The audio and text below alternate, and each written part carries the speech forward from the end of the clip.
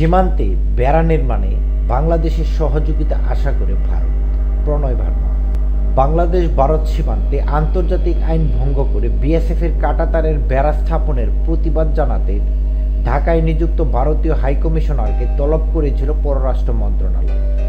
এরই ধারাবাহিকতায় রোববার বিকেলে সশরীরে পররাষ্ট্র মন্ত্রণালয়ে হাজির হয়ে বিএসএফের কাঁটাতারের বেড়া নির্মাণের ব্যাখ্যা দিয়েছেন ভারতীয় হাইকমিশনার প্রণয় ভার্মা। পররাষ্ট্র মন্ত্রণালয়ে এক ব্রিফিংয়ে তিনি বলেন, সীমান্তে চোরাচালান ও অবৈধ অনুপ্রবেশ মোকাবেলায় আলোচনা হয়েছে।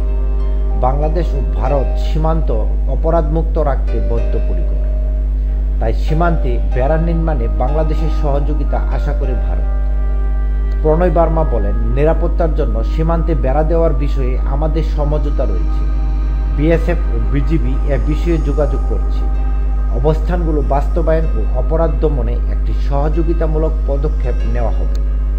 এর আগে ভারতের ত্রিপুরা রাজ্যের রাজধানী আগরতলায় বাংলাদেশের সহকারী হাইকমিশনে হামলার প্রতিবাদে গত ৩ ডিসেম্বর ভারতীয় হাইকমিশনার প্রণয় ভার্মাকে পররাষ্ট্র মন্ত্রণালয়ে তলব করা হয়েছিল।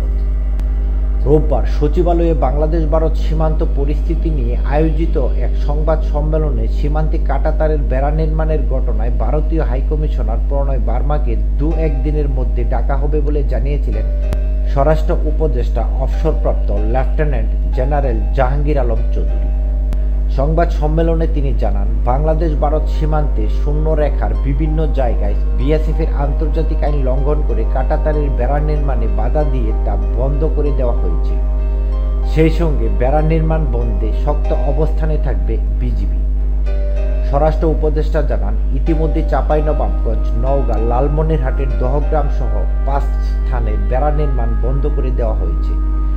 আগের সরকার সীমান্ত পরিস্থিতি নিয়ে ৪টি চুক্তি করেছিল। ওইসব চুক্তি পুনঃ বিবেচনা করার আবেদন করা হবে বলেও জানিয়েছেন তিনি।